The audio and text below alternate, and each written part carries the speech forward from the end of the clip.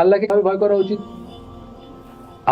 আমি উদাহরণ দিই, সবখানে দিই এই উদাহরণটা, যে ঢাকার রাস্তায় একজন ট্রাফিক পুলিশ হাত তুলে দাঁড়ায় আছে, 500টা গাড়ি বসে আছে, কেউ কিন্তু সিগন্যাল ওভাররাইড করে যাচ্ছে না।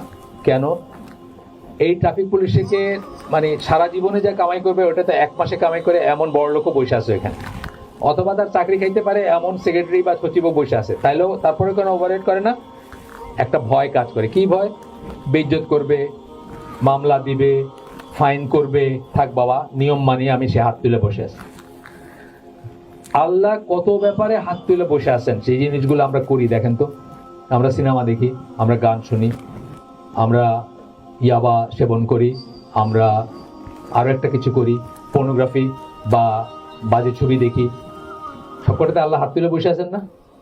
কেমনে করতে পারি তাহলে? আমরা আল্লাহকে আসলে বিশ্বাসই করি না। প্রথম ওইটা ঠিক করতে হবে যে আল্লাহকে এমন ভাবে বিশ্বাস করতে হবে যেমন ভাবে বিশ্বাস করা উচিত।